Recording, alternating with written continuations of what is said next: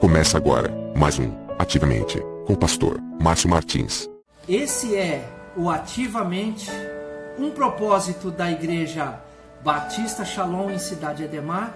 Eu sou o pastor Márcio e eu integro ali a equipe pastoral como pastor auxiliar, e eu gostaria de compartilhar com você mais um texto para mais um vídeo nessa tarde.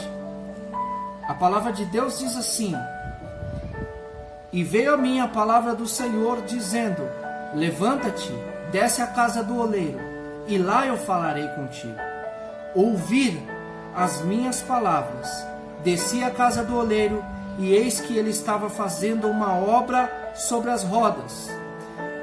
Como o vaso que ele fazia de barro quebrou-se na mão do oleiro, ele tornou-se a fazer dele um vaso novo, conforme lhe pareceu bem aos olhos do oleiro fazer.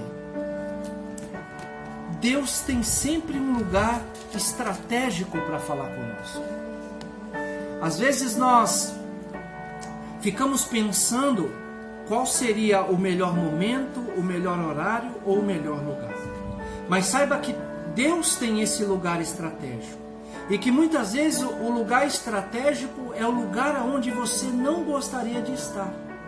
É o lugar onde a tua mente, o teu coração, o teu pensamento, ele vai sofrer um confronto de forma interna.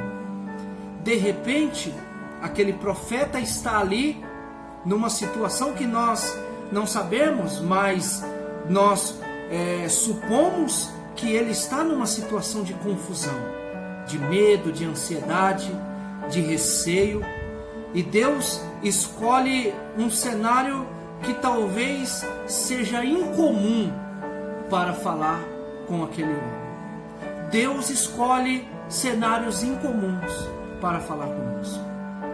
Existe um propósito nisso. Por quê?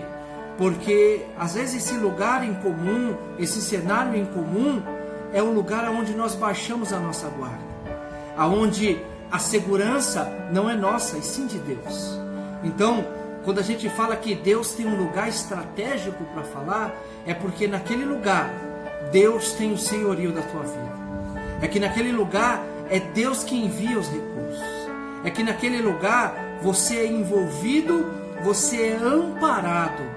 E ali naquele lugar você pode ser preparado de forma que Deus seja o único que pode capacitar, o único que pode te envolver.